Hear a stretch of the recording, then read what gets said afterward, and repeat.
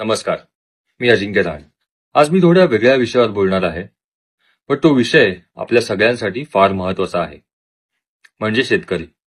गेले अनेक दिवस महाराष्ट्राच्या बऱ्याचशा भागांमध्ये अति पाऊस झालेला आहे आणि त्या पावसामुळे शेतकऱ्यांचं बरंचसं नुकसान झालेलं आहे आणि होत आहे.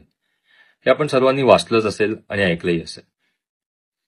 मी स्वतः एका शेतकरी कुटुंबातनं असल्यामुळे मला जाणीव आहे की या सिच्युएशनमध्ये शेतकऱ्याला किती त्रास होतो.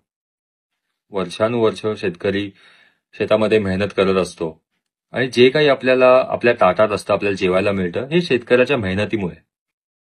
सरकार आपल्या परीने मदत करतच आहे, पण मला असं वाटतं की आपल्या प्रत्येक माणसाची एक जबाबदारी आहे की आपण शेतकऱ्याच्या पाठीशी उभं राहणं.